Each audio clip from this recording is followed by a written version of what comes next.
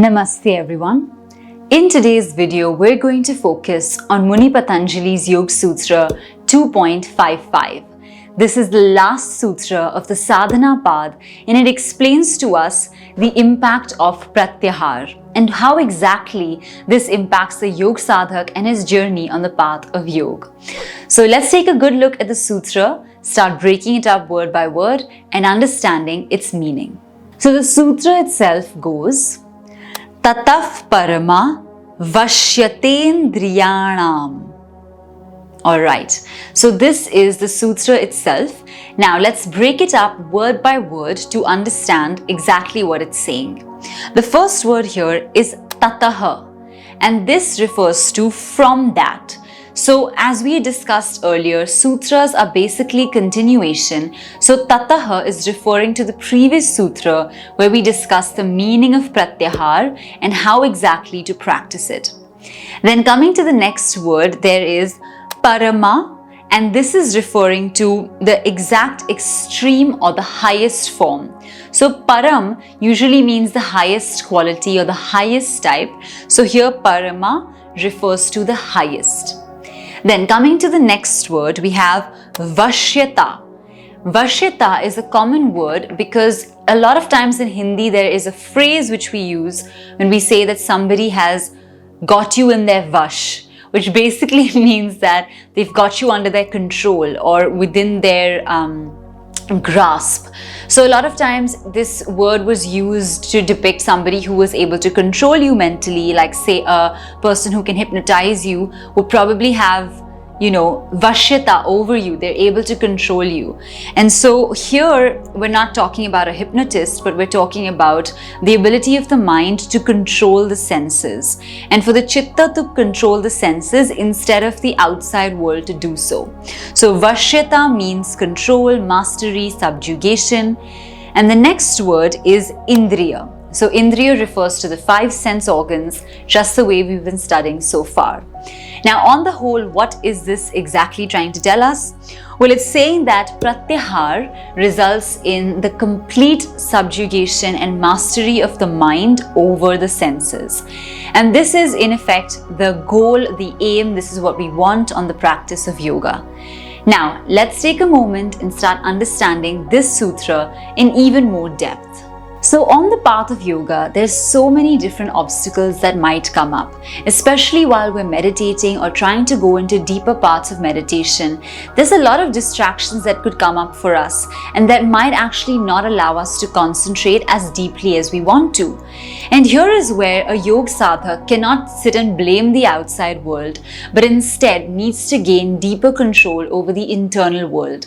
And this is really important because if we're not able to do that, and if we're not able to control our own experience, then we're constantly being controlled by things happening on the outside. Now, of course, there are some events in life which we can't control, which we will react to, and those are much bigger life events. But I'm talking about the smaller daily distractions that might come our way during the practice of yoga. And that's where Pratyahara becomes really effective in being able to control the senses and instruct them to come inwards and to practice or do what the consciousness or the sadhak is instructing. Now, usually what tends to happen is we're swayed by our senses, right? Like just imagine if you get this, for example, if you really love bakery products and you get the smell of a really nice baked loaf of bread, that's it. Your mouth is going to start watering.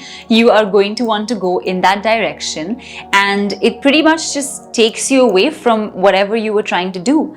But on the other hand, if you have a certain amount of control over your sense of smell and taste, even though that kind of aroma might entice you, you're not going to react to it too much, because you're like, hey, I'm concentrating, I'm trying to do my meditation, I'm not trying to be distracted with this aroma that's coming my way. So this is just obviously a very small example, but there are much bigger examples as well where you as the sadhak are instructing the mind what you would like it to do. And this becomes super useful in the long run when you really, really want to focus on something and the mind is, overthinking, taking you on its own journey. You're not able to concentrate and get the kind of work done that you want. In that kind of a situation, it really helps to be able to tell the mind what you would like it to do. And I think highly disciplined people who have a good training of their mind-body complex are able to do so. An example that's also provided in the book is that sometimes when we're really concentrating on a particular subject or an activity that we're doing, we don't even notice when people walk into the room. Like a lot of times if I'm dancing or practicing yoga, I don't notice when things are happening. And it's not because I'm not aware or alert, it's because you're so engrossed in that activity that even though your senses, of course, have received the stimulation information, they have not fully perceived it. So there's sort of like a attention gap there where you're not completely reacting to what is coming your way. So in the same way, when you're concentrating in meditation, you really want to pay attention. You have the choice to really, block certain distractions if you want to. So I think what this sutra is trying to say is the ball is in your court. And if you really want to make things happen and you want to take a stand and not get distracted, you can do that. One more amazing example which is provided in the book by Kaivalyadhama is basically one of anesthesia as well. There are certain drugs that are used in certain medicines which will put us into a state of, not feeling anything when an operation or a surgery is being conducted. So how does that happen? That's by numbing down the nervous system to such an extent that we don't feel anything. So if an external drug or a certain process can do that to our bodies, then we can also do that at will. And that is why a lot of times we hear of certain practitioners who don't feel pain because they've conquered pain in that region. So, a lot of times they'll go to the extent of kind of putting needles in that area or trying to show you that they no longer feel pain, they've gained control on that region. I think just like also the Iceman as we know him today kind of shows us through his examples how he goes deep into ice cold water and can stay there for really, really long. It seems inhuman or almost impossible, but he's able to do it. Seems superhuman. And in that moment, what he's able to do is control the sense organs. It's a very intense and incredible form of Pratyahara where the mind is controlling the senses and telling the pain receptors how to behave and how to react. And this is something that comes after a lot of practice, especially a lot of pranayama and a lot of sincere, dedicated devotion. So it is obviously easier said than done, but this is what Sutra 2.55 is explaining to us and helping us to understand the impact of Pratyahara. So if you've enjoyed this video, please don't forget to leave your comments in the comment section below, give it a big thumbs up, and do not forget to subscribe to our channel. We look forward now to see you in the next video for chapter number 3, Vibhuti Path. We'll see you in the next one.